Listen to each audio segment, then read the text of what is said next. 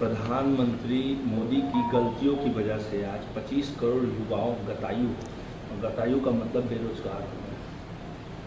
विपक्ष के नेता माननीय तेजस्वी यादव जी, रोजगार पर आपको बोलने की पात्रता इसलिए नहीं है कि आप तेजस्वी यादव हैं, लेकिन तरुण यादव के नाम से भी नौकरी के बदले में जमीन लिया गया और पटना शहर में 43 बीघा जमीन है।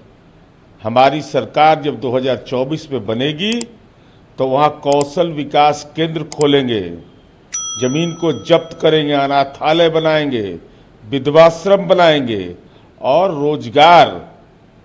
तो देश के आंकड़े इस बात के गवाह है कि बिहार जैसा राज्य ने जो सामाजिक आर्थिक जकड़न वाला राज्य, विकास दर हमने औसत कायम रखा है, हम देश में रोजगार देने में अव्वल है।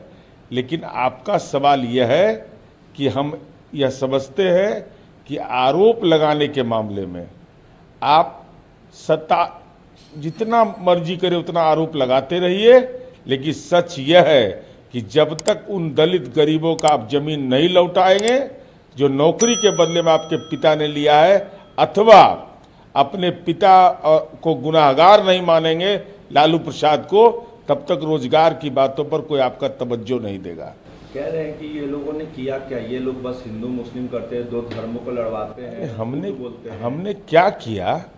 आज राघोपुर जहां का निर्वाचन क्षेत्र, वहां सड़क से जा रहे हैं तो हमारी सरकार का देन है। आज गंगा पर हर 40 किलोमीटर पर ब्रिज बन रहा है, वो हमारी सरकार की देन है। आज 38 जिले में इंजीनियरिंग कॉलेज बना हुआ है तो हमारी देन है।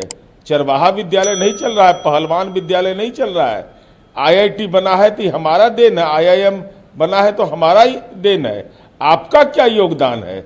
आपको अपने योगदान के बारे में बताना चाहिए। हाँ, आपका योगदान है। पटना का सबसे बड़ा जमींदार, 43 बीघा का मालिक लालू परिवार। स्वाति मानवाल ने आरोप लगाया है अरविंद केजरीवाल के सहयोगी पर मारपीट का और FIR भी दर्ज किया। अब इस संबंध में तो जो कानूनी प्रक्रिया है उसका उन्होंने पालन किया। अब सच्चाई क्या वो दिल्ली पुलिस जांच करेगी। लेकिन अरविंद केजरीवाल से जब सवाल पूछा गया तो वो अखिलेश यादव के साथ कल प्रेस कॉन्फ्रेंस करते थे लखनऊ में, सवाल पूछा गया स्वाति मानवाल के खिलाफ, तो उन्होंने माइक अखिलेश की तरफ भेज दिया।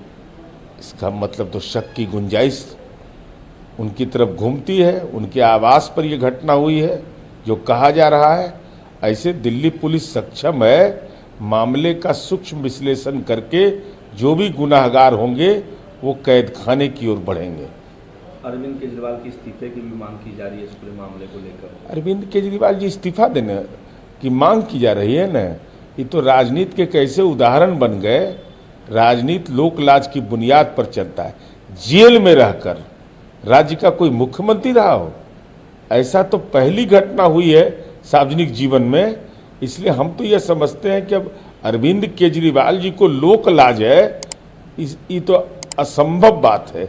लोक लाज उनको देख करके शर्मिंदा हो जाता है। स्वाति मानवाल मामले में हो या फिर अन्य मामले में हो, प्रधानमंत्री मोदी कल राहुल गांधी का मिमिक्री कर रहे थे और कह रहे थे कि 4 जून को खटाखट इंडिया ब्लॉक। ये मिमिक्री क्यों? वो तो देखिए, महत्वपूर्ण विषय ये होता है कि लोकसभा चुनाव में अपनी बातों को कहने का हर व्यक्ति का अलग अलग नज़रिया होता है। तो अपनी भाषा कैसे हम आम लोगों से संवाद स्थापित करें, उसी का एक अंश माना जाएगा। इसके राजनीतिक निहितार्थ तो केवल यही है ना कि 4 जून को जब मतगणना का परिणाम आएगा तो इंडिया ब्लॉक में कोई यहाँ गिरा कोई वहाँ गिरा, राजनीतिक रूप से क्षतिग्रस्त हो जाएंगे। PA को लेकर जयशंकर ने कहा कि PA को हमारा हिस्सा, कुछ लोगों की वजह से आज PA को हमारे साथ नहीं, लेकिन हम उसे वापस ला रहे हैं। देखो, पाकिस्तान ऑक्युपाई कश्मीर इस देश के इतिहास में के कालखंड से आप देखेंगे तो हमारा है। अब केंद्र सरकार इस संबंध में सक्षम नीति बनाने के लिए, और ये अंतर्राष्ट्रीय मामला है, सीमा सुरक्षा से जुड़ा हुआ मामला है, तो ये केंद्र सरकार इस मामले को अपना देख रही है। आज सोनिया गांधी रायबरेली में गरजेंगी, राहुल गांधी के लिए चुनाव प्रचार करेंगे। ठीक है भाई, बेटा चुनाव लड़ रहा हो और माँ का गर्जन नहीं हो, यह भी तो भाई परिवार की पार्टी ही है। अब लालू जी को थोड़े दलित और पिछड़ा की चिंता थी, लालू जी को तो अपनी बेटी की चिंता थी, तो सोनिया गांधी जी को अपने बेटा की चिंता है। लेकिन हम उम्मीद यह करते हैं, अमेठी छोड़ने का कारण भी आज जरूर रायबरेली में माननीय सोनिया गांधी जी बताएंगी कि आपके परिजन वहां चुनाव लड़ते रहे, आखिर राजनीतिक रूप से पलायन करने का कारण क्या है।